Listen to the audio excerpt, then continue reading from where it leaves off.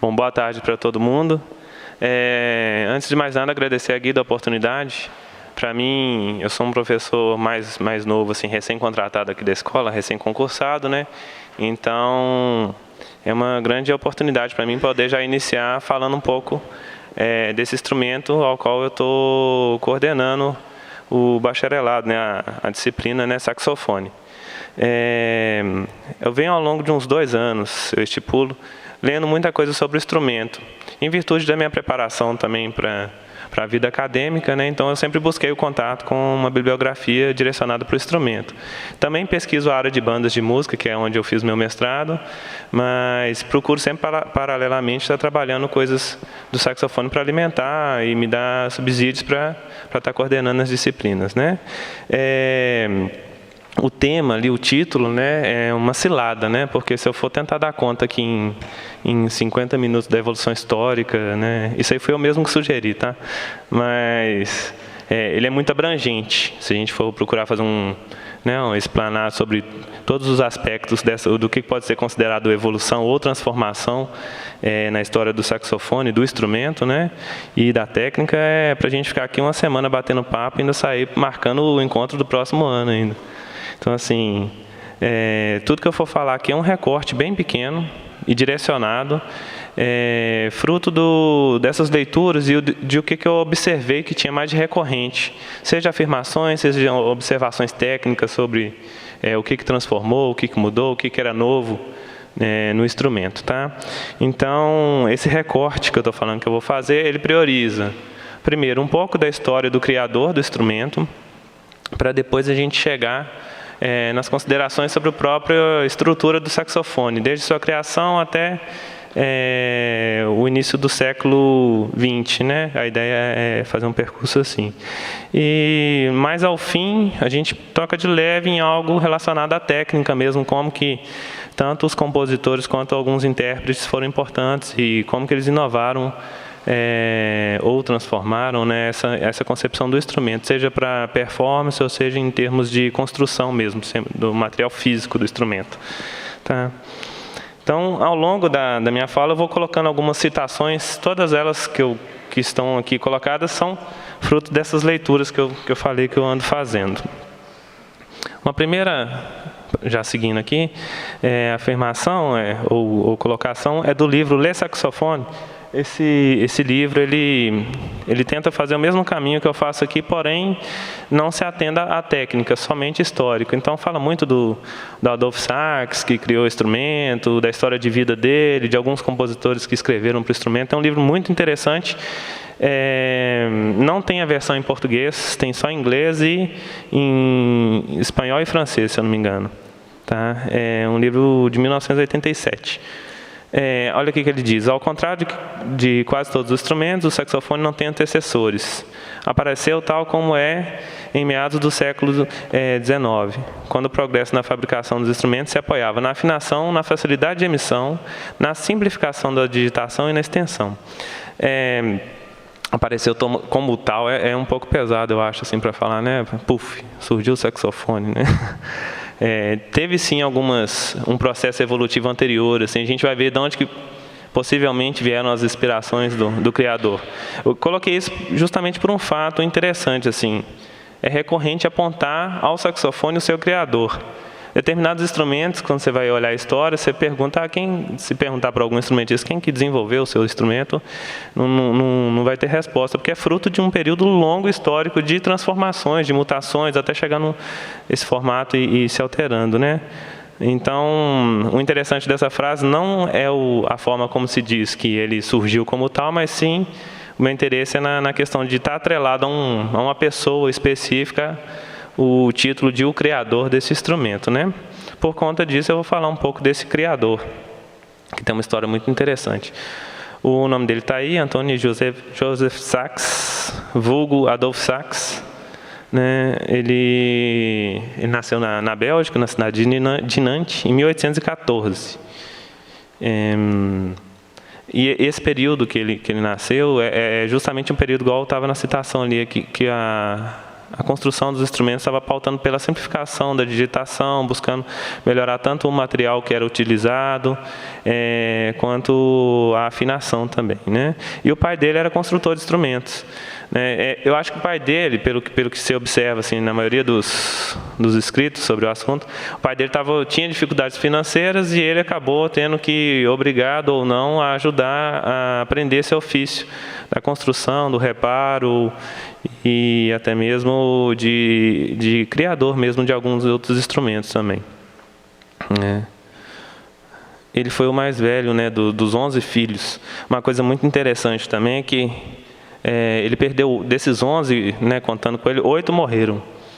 Então, assim, aí dizem também na literatura que isso foi um motivo para ele enfiar a cara no serviço, como se diz no termo mais popular, né? Então, acabou ele e o pai trabalhando muito, assim, ficando mais tempo dentro de uma oficina do que mesmo tocando ou fazendo outras coisas. Isso foi importante também porque eles desenvolveram e aperfeiçoaram muitos instrumentos.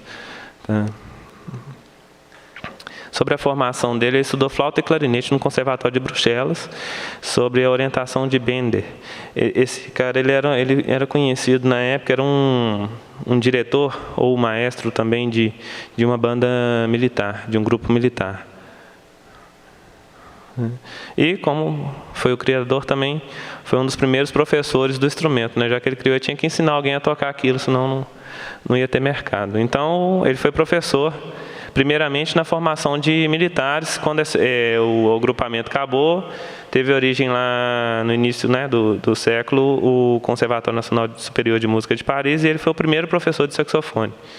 Em 1870 o curso acabou, na verdade ele foi extinto por um período e foi ser ativado só depois de uns 20 anos ou mais, que aí já com outro professor assumindo a cadeira lá. Foi por motivos financeiros, aí foram corta o saxofone. Não era tão conhecido na época, não tinha muita gente querendo tocar, mas mesmo assim ele formou cerca de 130 alunos na época, assim, saxofonistas. Como eu falei que ele enfiou a cara no serviço, né, ele fez muita coisa e desenvolveu muitos melhoramentos para outros instrumentos, né? Sobre essa carreira dele como instrumentista, como luthier, né? Ele, aos 6 anos, ele já era capaz de fazer os furos de um clarinete. Quase todo o livro histórico sobre ele tem a recorrência de afirmar isso novamente, assim, que desde muito cedo ele já tinha muita habilidade para o material. Seguindo aqui, aos 15 anos de idade, em 1830, ele enviou 2 flautas e um clarinete para a exposição industrial que teve em Bruxelas. O material que ele usou na construção desses instrumentos era de marfim, segundo os escritos. Eu até fui pesquisar mais para ver sobre os clarinetes e flautas de marfim.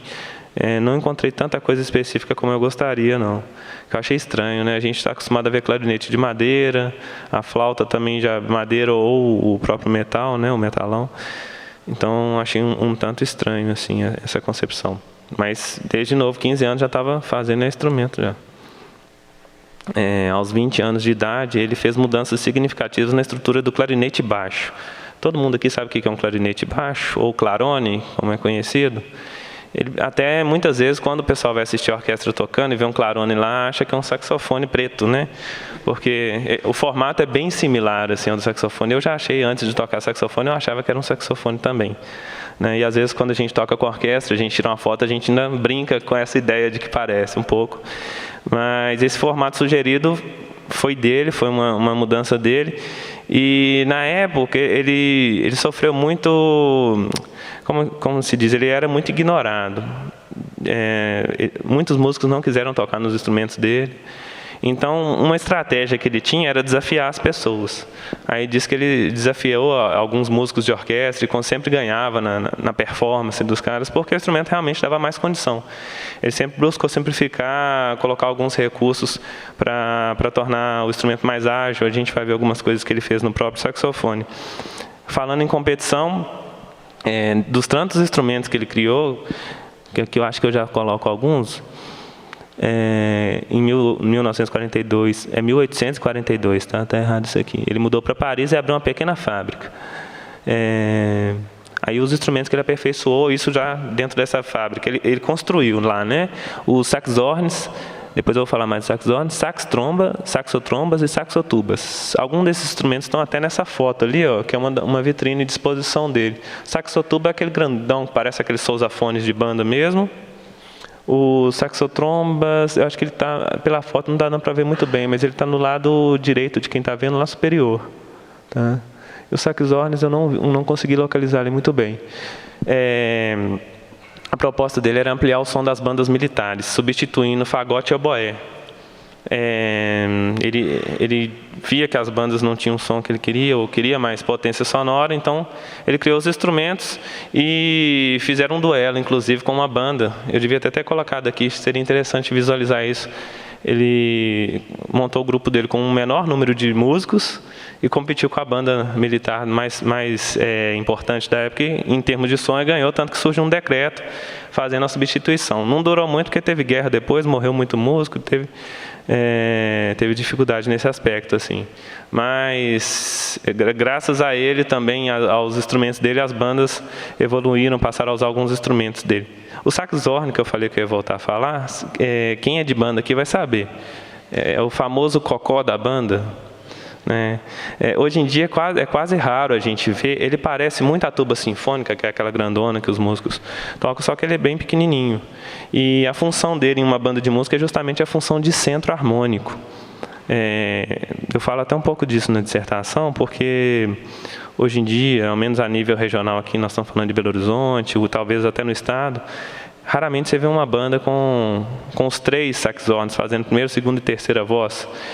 É como se fosse a divisão da banda entre os solistas, são os cantores, o saxhorn fazendo harmonia, com alguns instrumentos fazendo contraponto, e embaixo tem a tuba e a percussão depois. Esse miolinho, que é a harmonia, que eles ficam fazendo, fica isso a música inteira. Né? Isso aí você não ouve mais. A banda, de certa forma, ela perdeu um pouco desse som harmônico das suas peças, né? Então isso fica deixado de lado. Tem um processo muito lento, mas que vem acontecendo, que é a de substituição do saxhorn, do cocó, pelas trompas. Só que a trompa ela tem muita mais possibilidade melódica do que o saxhorn, então assim, acaba também sendo explorada de outras formas. Tá? É uma pena, assim. E geralmente, antigamente, olha só, para você ver, a harmonia é uma parte muito importante de uma música, né? Se você for pensar um cantor, o cara tocar a harmonia errada, ele derruba esse cantor, né? Os músicos menos talentosos eram sempre jogados para tocar saxhorn, porque não tinha muita dificuldade de leitura, né? Era só ficar repetindo nota, parará, pá, pá, pá, pá, pá, parará, pá, pá, pá, pá, pá, pá, pá, pá, ficava só nisso. Então, ó, vai lá, depois se ele servir para alguma coisa, a gente troca ele de instrumento. Então, geralmente, o cara entrava na banda, queria tocar um instrumento de bucal, né, o instrumento da família dos metais, era a porta de entrada. Isso acontecia com o saxofone. Estou falando de banda a nível regional, tá, gente? O pessoal era jogado muito para tocar. Quem queria tocar instrumento de paleta tinha que passar obrigatoriamente primeiro pelo clarinete, para depois chegar no saxofone. Era quase que um ritual que hoje em dia já vem sendo quebrado por outras metodologias, outras propostas aí de formação para esses músicos. Mas, infelizmente, hoje em dia o instrumento dele já não é tão usado mais em banda. Aqui é uma foto dessa fábrica, uma foto não, né? Um desenho, né? Um registro da fábrica dele, que ele abriu. Ele acabou virando uma grande fábrica depois, assim, para a produção de muitos instrumentos, vendeu muito também e empregou muita gente. A foto interna lá do desenho, né? O registro interno. Tem até um gato ali, ó, né? Riqueza de detalhes, né? Outro registro também da fábrica. Ali pode ver que, né, a gente fala Adolphe Sax, todo mundo já pensa no saxofone, mas não era exclusividade o instrumento dele. Inclusive, foi um dos últimas invenções ou melhoramentos que ele propôs foi esse instrumento, né? Então, tinha outras coisas. Uma charge, inclusive, aí de um jornal da época, né?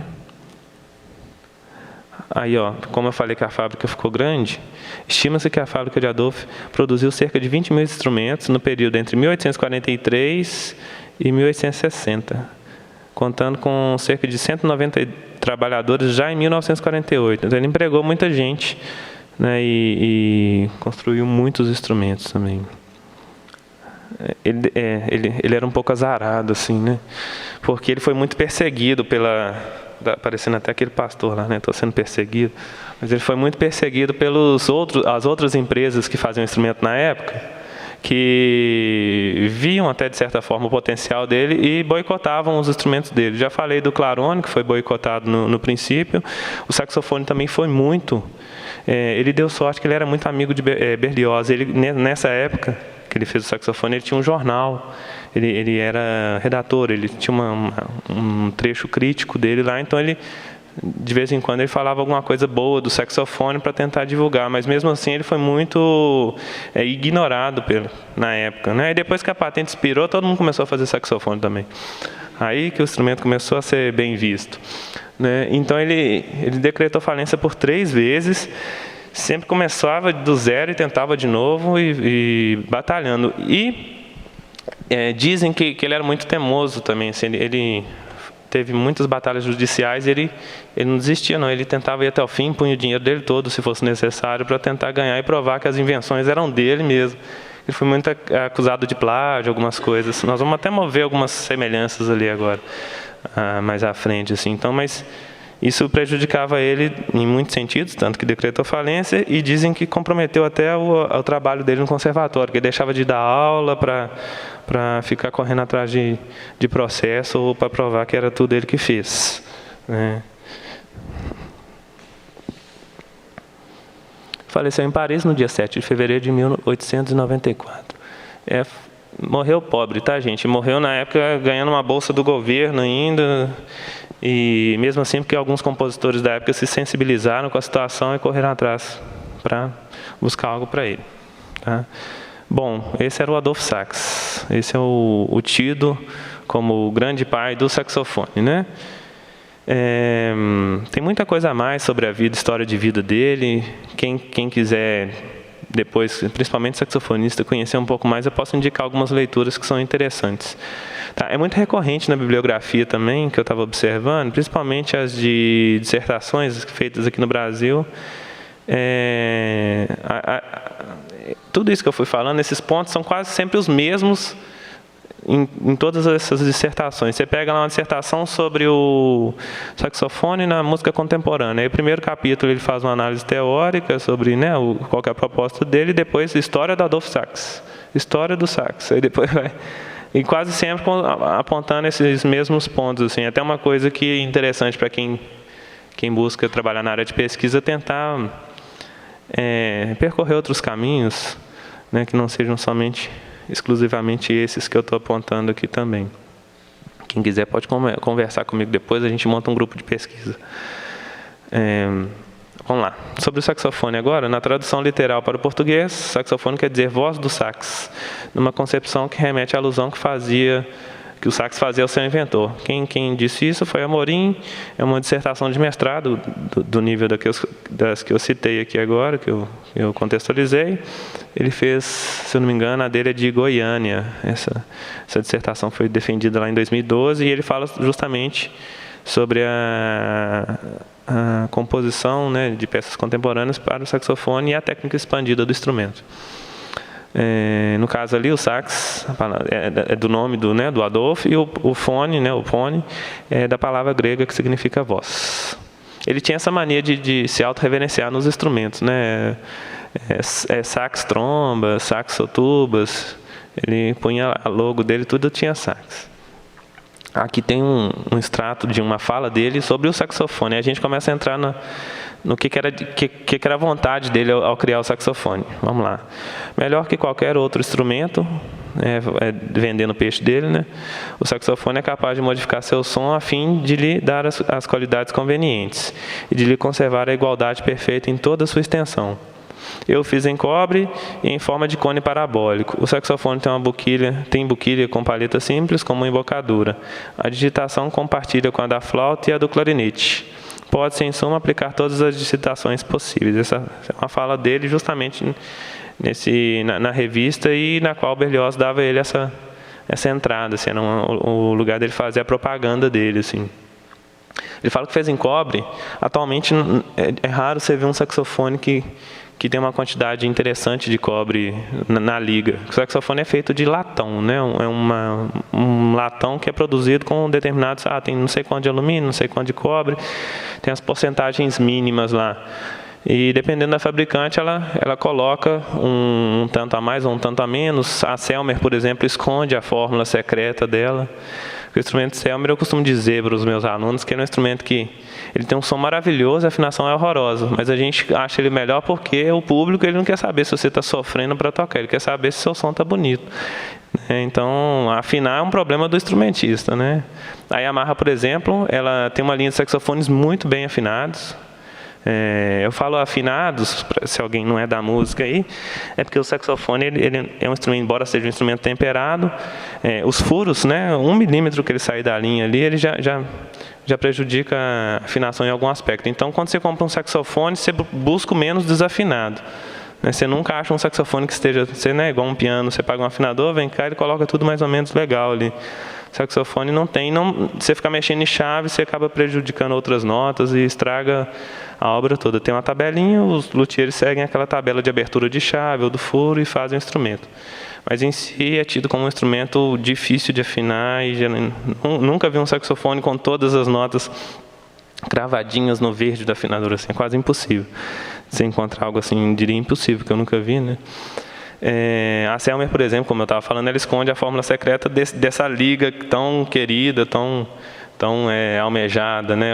Tem uma linha da Selmer que é o Mark VI, aí começam a surgir as lendas, né? Falava-se que, pelo período em que foi feito, eles estavam fundindo material bélico das guerras, de bomba, de não sei o que, jogando aquilo na liga, e por isso que o saxofone é ótimo, que a liga teria que explodir uma bomba para fazer um saxofone daquele. Então, tem essas características. O instrumento que hoje em dia vem com uma quantidade boa de cobre, que é o mesmo material que o Adolfo usou, é o Buffet Grampon, que é um único que ainda usa um pouquinho a mais na liga. Ele é até meio rosado, a cor do saxofone, assim. Essa coisa de compartilhar a digitação com o clarinete e com a flauta vem da ideia dele de adaptar, simplificar tanto a prática de um e de outro, porque ele era clarinetista e flautista, né? Ele foi aproveitando o sistema de chave de um no outro. Seguimos. Antes de eu falar, eu falo da fonte. Aqui, essa fonte aí, tem meses que eu estou tentando localizar quem escreveu o artigo, que o cara escreveu e não assinou, né? Estamos voltando lá na época dos anônimos, né? Mas é um texto muito interessante, assim. O que ele fala? Pensa-se que foi de uma experiência com o ophicleide. Ophicleide, para quem não conhece, é o instrumento que está à direita de vocês. Esse central ali, gigante ali. Ali está de cabeça para baixo. Tá? O formato dele é bem parecido com o do outro ali. Na verdade, eu diria que é até o mesmo instrumento, mas a gravura está descrita como saxofone e eu vi outros muito próximos. Tá, o ophicleide, então, seguindo o instrumento grave, de tubo cônico, orifícios e chaves. E um clarinete baixo, que é o clarone, que eu falei da orquestra há um tempo atrás, e um clarinete baixo que nasceu o saxofone. Ele substitui o bocal do ophicleide pela boquilha do clarinete baixo. Então, aí já estava um motivo para acusar ele de plágio, né? Essa gravura ali, ó, da direita, não, da esquerda, né? Eu estou olhando aqui e fica invertido. A da esquerda de vocês, ela é descrita no livro também, Ler Saxofone, como o registro de um saxofone, assim, na época. Então, luthiers aqui da região, que já viram o ophicleide também de perto, falaram que acreditam muito na tese de que foi uma adaptação por esse sistema mesmo, assim, de pegar a boquilha de outros, justamente adaptar a forma de entrada do ar no tubo, né? A ideia inicial até de criar o saxofone era de ter um instrumento, isso é muito dito também, muito recorrente, que tivesse a agilidade, a destreza das cordas e a potência sonora dos metais. Essa é uma ideia que coloca-se como inicial dele, né? Tá.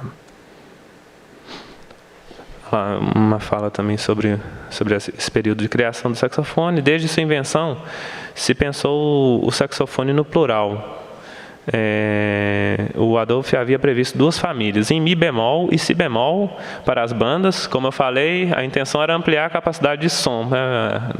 quem pesquisa, quem gosta de banda não vai gostar, mas é o termo que o pessoal pejorativo geralmente usa é as furiosas, né? Hoje em dia, justamente pela essa capacidade de derrubar o pessoal lá de tanto som, né? E em Fá e em Dó para as orquestras sinfônicas. Também um extrato aí do livro, Ler Saxofone. Esse saxofone Mi e Si bemol são os que a gente encontra até hoje. O Fá e Dó sumiram na face da Terra.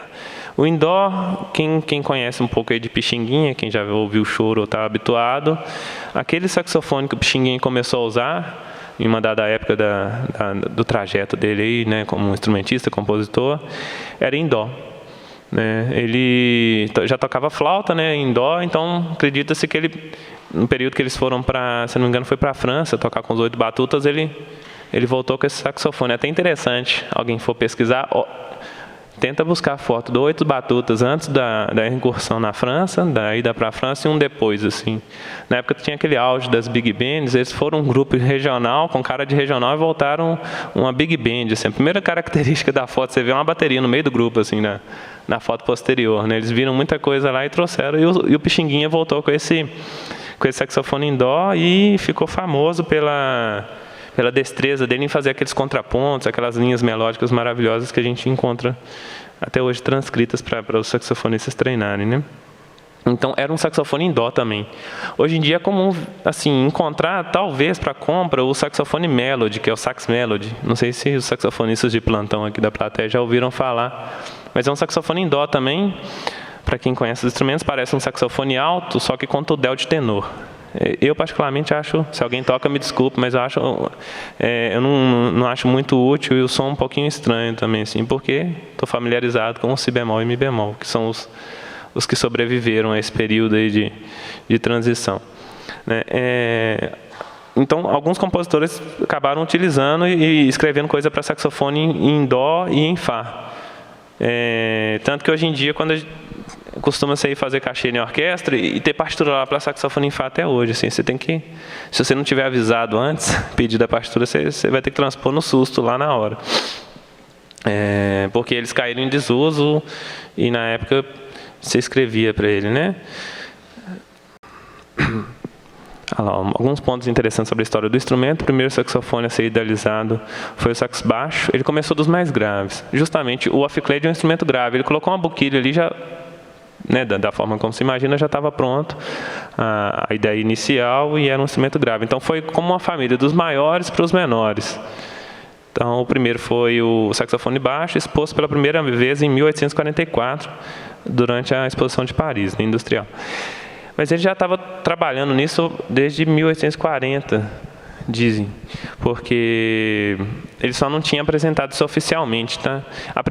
Inclusive, em outras participações, ele tocava esse saxofone atrás de cortinas, só para o pessoal escutar o som e fazer esse mistério sobre o instrumento. Mas a apresentação oficial foi em 1844. O pessoal costuma falar da data certa, né? O saxofone foi criado em 1844, mas já vinha trabalhando nisso.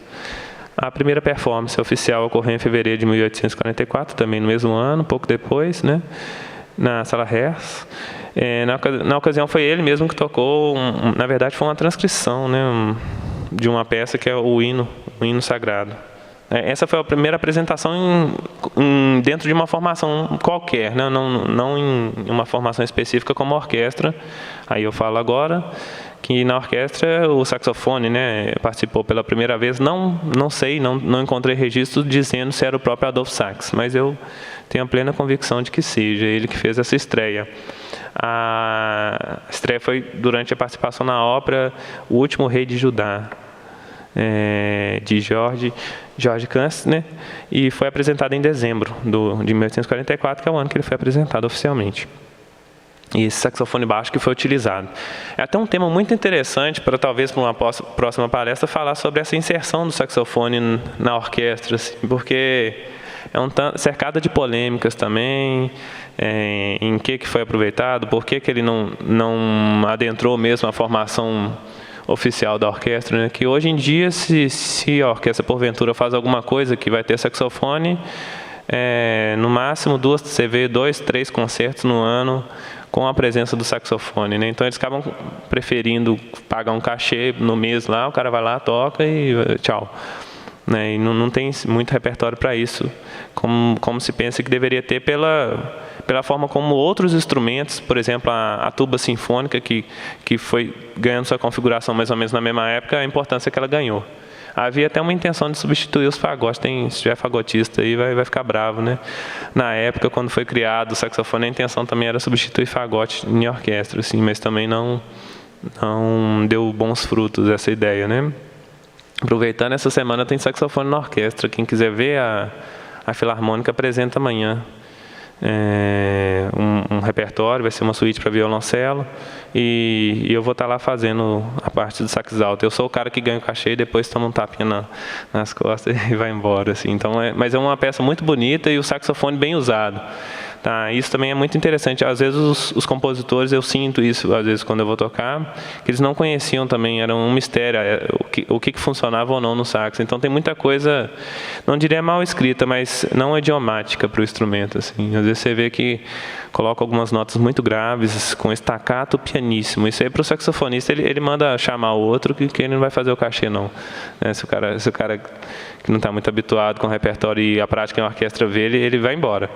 Que é quase impossível no saxofone. E a primeira patente mesmo só veio em 1846, quando já tinha passado um tempo que ele estava sendo usado. Aqui um registro da partitura, do segundo movimento dessa peça que eu falei que foi a primeira. Se vocês olharem a linha da grade ali, ó, deixa eu ver se o mouse me ajuda aqui. Aqui é a linha do saxofone, olha lá. O cachê ia ser fácil. Toca 3 notas, para aqui, conta um tanto de pausa. Toca mais um pouquinho, para aqui, acabou. Aí faz um trinado aqui, parece não crescendo.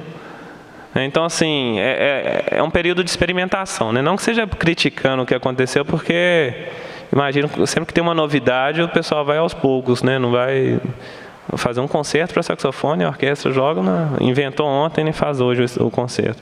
Até mesmo para dar tempo de maturar, quais vão ser as evoluções, o que vai mudar, o que vai ser interessante fazer ou não. Aqui é o desenho do próprio Adolph Sax, estou agarrado aqui, da primeira patente que ele registrou. Ele desenhou os 8 instrumentos e a boquilha dele. Né? Se vocês olharem ali, vocês estão enxergando os números, que tem o número 1, que é o do centro aqui, para lá 2, 3 e 4, não é? E aqui 5, 6, 7 e 8 para lá, partindo desse central ali.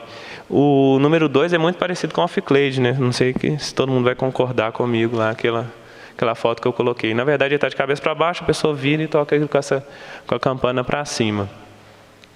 Aquele do centro ali, ó, era um saxofone tenor, parece um barítono de hoje em dia. Eu estou falando em termos técnicos, barítono, alto, soprano, não sei se todo mundo conhece. Depois, quando for ter o concerto hoje, logo após a minha palestra, eu faço questão de mostrar os principais de hoje em dia, né, os que sobreviveram. Mas ele lembra o formato de um barítono, mas era um tenor em mi bemol. Esse aí. O número 2 ali era um saxofone em dó, nada a ver com o que o Pixinguinha usava, né? Bem mais próximo ao formato do Ophicleide. Só esses 2 iniciais ali que ele colocou o desenho da digitação, o resto ele fez só o desenho do tubo, tá? Então por isso que pode parecer, que deu, né, o lugar de soprar ou o que for. E os de cá, um em si bemol, o outro em dó. E para lá são todos saxofones. Eu acho que ele não descreveu, mas eu acredito que pelo que se fala são os que eram em Fá e Dó, que era para a orquestra, só que em relação de oitavas ali. Então a afinação é a mesma, só a oitava que muda. Né? Embora o esboço básico do instrumento, vocês viram que, para quem conhece bem o instrumento, tem muita coisa ali do desenho anterior que parece muito com os saxofones de hoje em dia, inclusive, né? Nunca tem mudado, muitos aperfeiçoamentos foram feitos em sua mecânica, medidas e material utilizado. Algumas fotos que eu encontrei, tem um blog muito interessante para quem quiser visitar, que é o The Vintage Saxophone Gallery. Tem a história de alguns saxofones, das principais marcas de instrumentos de saxofone da época. E esses 2 iniciais, esses 3 na verdade, né? Os 2 iniciais são o soprano e o último lá é um alto. Todos eles são da produção do próprio Adolph Sax. O mais antigo que se tem foto é aquele soprano de 1849. E o alto mais antigo que eu encontrei registro é aquele de 1857. Os saxofonistas aí de plantão parecem ou não parece o alto de hoje em dia? Parece, não parece? Tem pouco saxofonista aí, só um respondeu. Tá, o que foi descrito o que foi feito nas outras patentes, né? Que ele registrou mais duas. A segunda veio em 1866, a terceira em 1880. Então, vocês vão ver que a estrutura, o formato, né, ele não foi mudando, ele foi acrescentando coisas. Chave, algum recurso para facilitar a mecânica, mudando o material. Deixa eu ler daqui que eu sou meio ceguinho. Primeira modificação de 1866 foi ampliação da extensão, né, a cada um dos instrumentos. O corpo do instrumento também foi alargado. E inseriu-se uma chave de harmônico. Buscou-se aprimorar o mecanismo, facilitando e melhorando a afinação de algumas notas. Isso está sendo feito até hoje, né, tentando atingir uma afinação interessante. E constituiu o saxofone de pistons e e chaves. Esse particularmente eu nunca vi foto disso. Tá?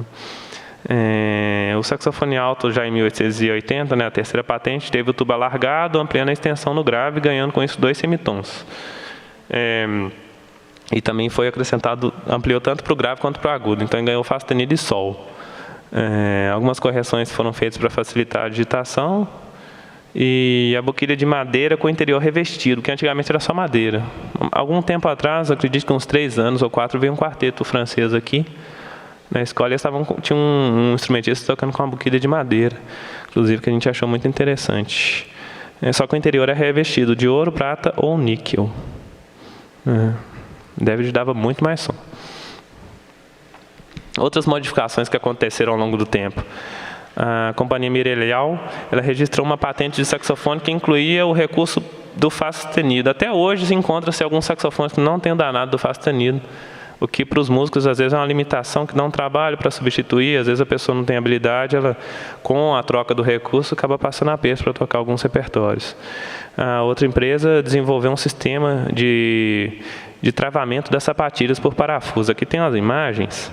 A sapatilha, para quem não conhece, é a parte de couro com feltro, né, que na hora que você aciona a chave, ela vai tampar o buraco lá e o ar vai passar a sair por outro perfuração, né?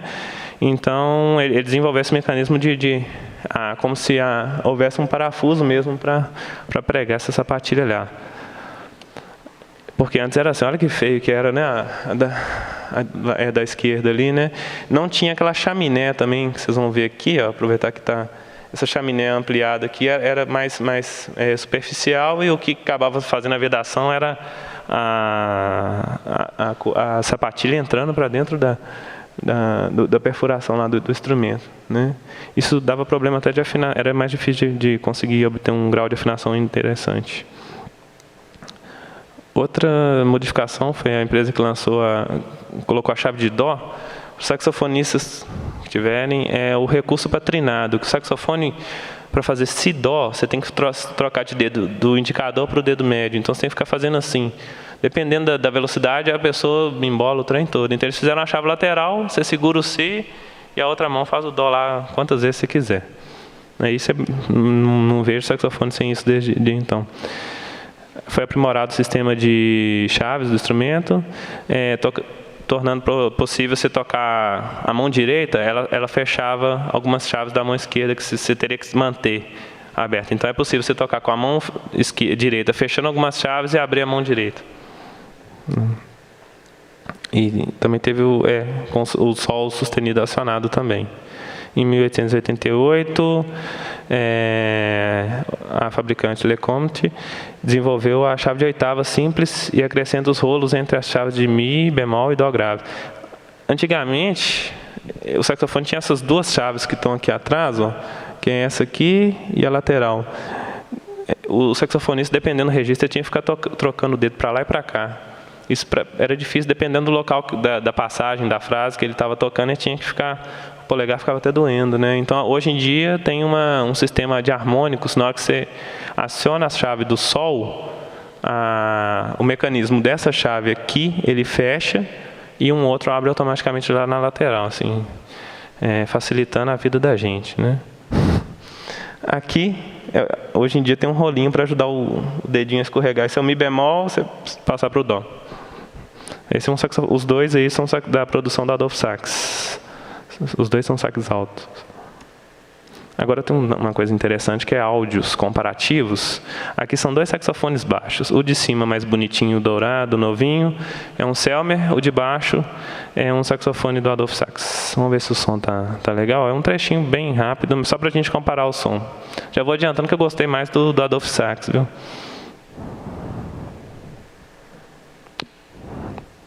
Foi?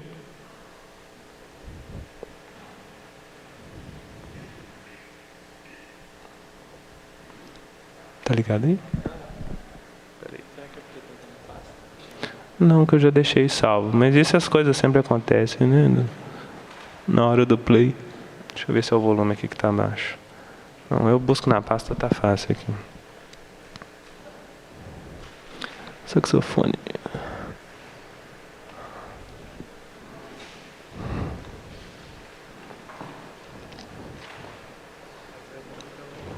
Ó, tem alguma coisa no som que não tá funcionando, porque ele tá tocando.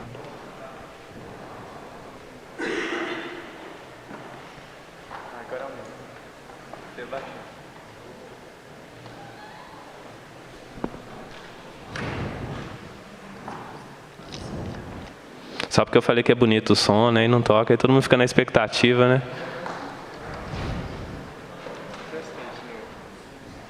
Olha o cabo, Lucas. Será que não é o cabo, não?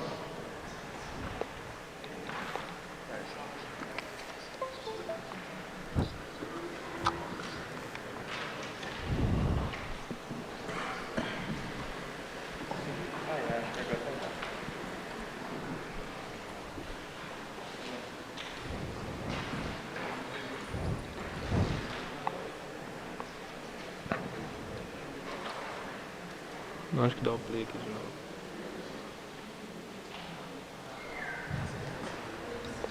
Ele fala algumas coisas no início, né? Mas depois ele toca.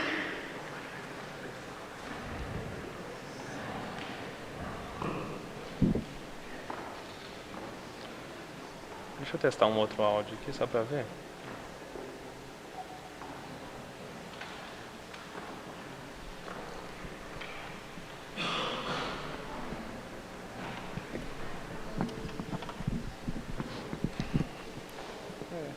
Será que não ligar o microfone ali? Ah, é o cabo. Pronto. Tá. Só um minuto, deixa eu tentar fazer certo aqui agora, né? Vamos lá no... Não, gente.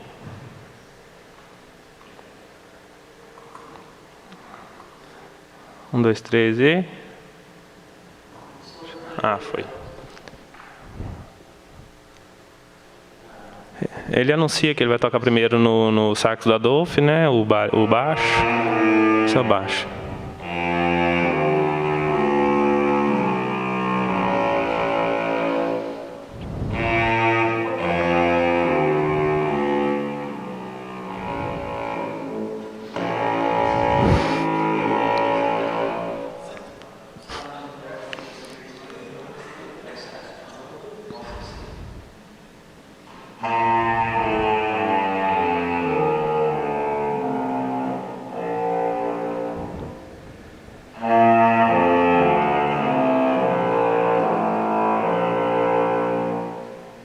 Eu acho que era o problema da caixinha. Agora eu gostei mais desse aí, viu?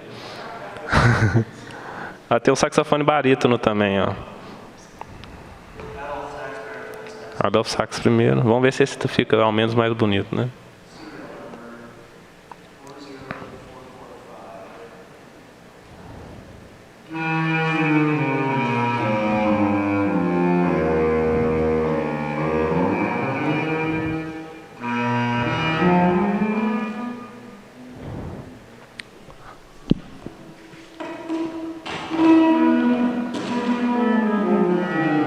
Temoso, né?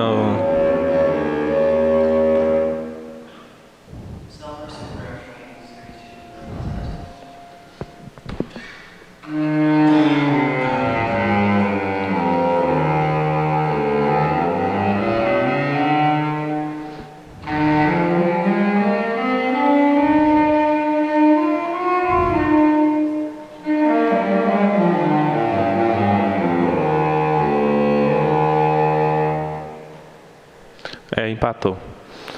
Seguindo, aqui já chegando no fim, só para dar aproximar mais da questão da técnica, a performance do saxofone na sua trajetória desde a criação tem recebido a contribuição de inúmeros saxofonistas conhecidos e desconhecidos, que contribuíram de forma criativa e pessoal para o universo das práticas musicais, tais como, aí ele cita Adolphe Sax, Marcel Miller, um tanto de saxofonistas que são importantes. Essa é uma dissertação de mestrado também. O sobrinho defendeu, se não me engano, foi no Mato Grosso, 2013, sobre o trajetório do saxofone nos cursos de bacharelado no Brasil, que é o tema dele. Tem um vídeo aqui, que é esse senhorzinho, eu não vou passar o vídeo por causa do nosso tempo, mas isso, quem quiser achar, digita Marcel Miller, Van Doren, vai achar a entrevista completa. Ele foi o primeiro saxofonista a tocar o Bolero de Ravel em uma orquestra. E ele teve a dura missão de transpor na hora o solo, porque estava para sopranino em Fá. Aquela velha questão que eu falei, que caíram em desuso, né? Tem até aqui a partitura que é usada até hoje. No final do mês agora, acho que dia 29, a Orquestra Sinfônica vai tocar isso aí. Quando o soprano chega para fazer, está a sopranino em Fá, que nem existe, nem nunca existiu. Né? No vídeo ele relata que era difícil conversar com o Ravel, ele não era muito comunicativo, e que ele acredita que ele cometeu um leve erro com relação ao registro que ele propôs o solo. Ele fala que ele fez no soprano e ficou por isso mesmo, e se não reclamou é que está certo. Então, nós saxofonistas estamos tocando soprano até hoje. Se tiver um maestro aí de orquestra, vai me cobrar o sopranino em Fá na próxima vez. Aqui um outro exemplo de alteração que aconteceu em composições. O Villa-Lobos fez uma fantasia dedicada ao Marcel Miller, que é esse que fez a primeira apresentação, e ele tinha feito essa fantasia uma segunda maior acima do que ela é hoje tocada. E isso para o saxofonista era quase impossível, que chegava num registro que os saxofonistas nem é que tinham técnico, mas não tinha mecanismo para chegar lá, nessas notas. Então, desde a estreia dela, ela já foi tocada uma segunda abaixo. E o Marcel Miller, aquele senhorzinho, ele tinha pavor de técnica estendida. Então, assim, ele nunca tocou, e foi dedicada para ele. Acho sacanagem, né? Outro saxofonista importante que influenciou muito a técnica do saxofone é o Sigmund Harsch. Ele era o rival direto do Mully, né, que é o francês que fez essa estreia. O Mully era professor do Conservatório de Paris, e ele era alemão, mas deu aula nos Estados Unidos, fez a escola dele lá. E ele teve um método muito importante para desenvolvimento dos harmônicos, das superagudo. Então, muitas peças que exploram, seja um staccato mais rápido, um superagudo no saxofone. Hoje, acho que tem peça aqui que a gente vai acabar tocando alguns, chega a incomodar de tão estridente que fica o agudo, mas foram desenvolvidos foram dedicadas a ele. Um exemplo é essa fantasia, esse concertino da câmara de Jacques Berg foi feito. Esse aqui é o trechinho da cadência, é muito rápido, dá para ver. Quem está tocando é o professor do Conservatório de Paris atual, chama Claude Delanne. Isso com a orquestra de Hong Kong, ao vivo. Ele, no finalzinho lá, tem sempre a opção dele fazer oitava acima ou uma oitava abaixo. A oitava acima era para o Harsch, a oitava abaixo era para o Marcel Miller.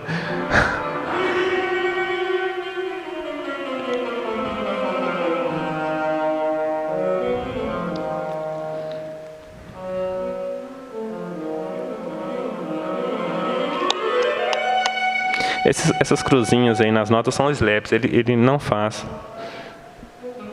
Ele não faz, eu digo, o Claude Delanne, né?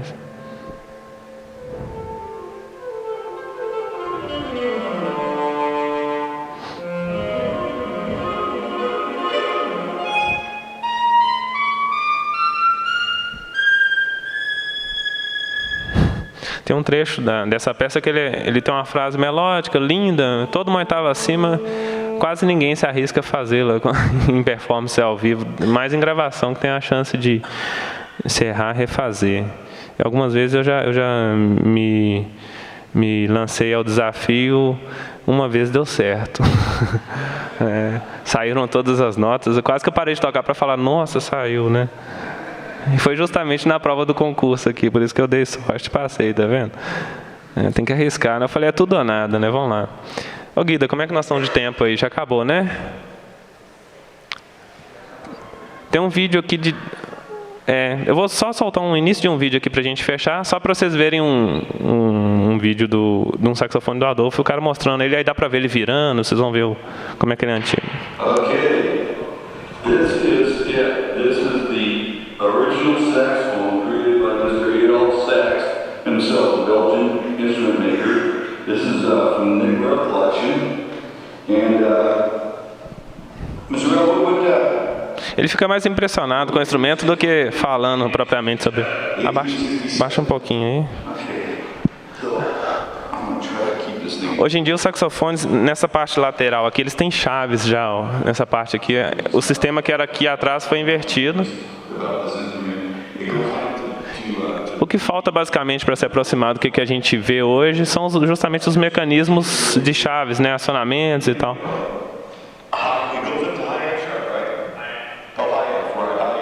Algumas notas no agudo que ele não tinha ainda, né? O si bemol, né? Hoje em dia o sol sustenido é ali, ó, ele era lá do outro lado. Esse cara é um colecionador, o dono disso é um colecionador, ele tem vários instrumentos, até no vídeo dá pra ver que ele tem tem um serpentão lá no fundo, um trombone parece.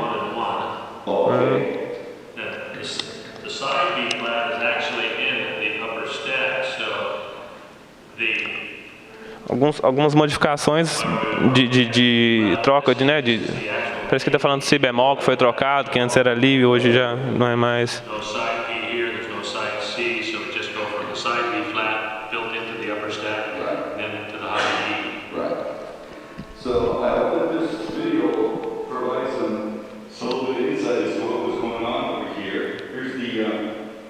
Sapatilhas brancas, né? Isso já era depois daquele melhoramento. Então, pessoal, é isso. Essa alteração foi se restringindo, né, em grande parte. Claro que dá para fazer pesquisa sobre a liga ou com outros vieses, mas o que se observa que é mais destacado é esse melhoramento mecânico do mecanismo para facilitar a digitação e a ampliação da tessitura, né?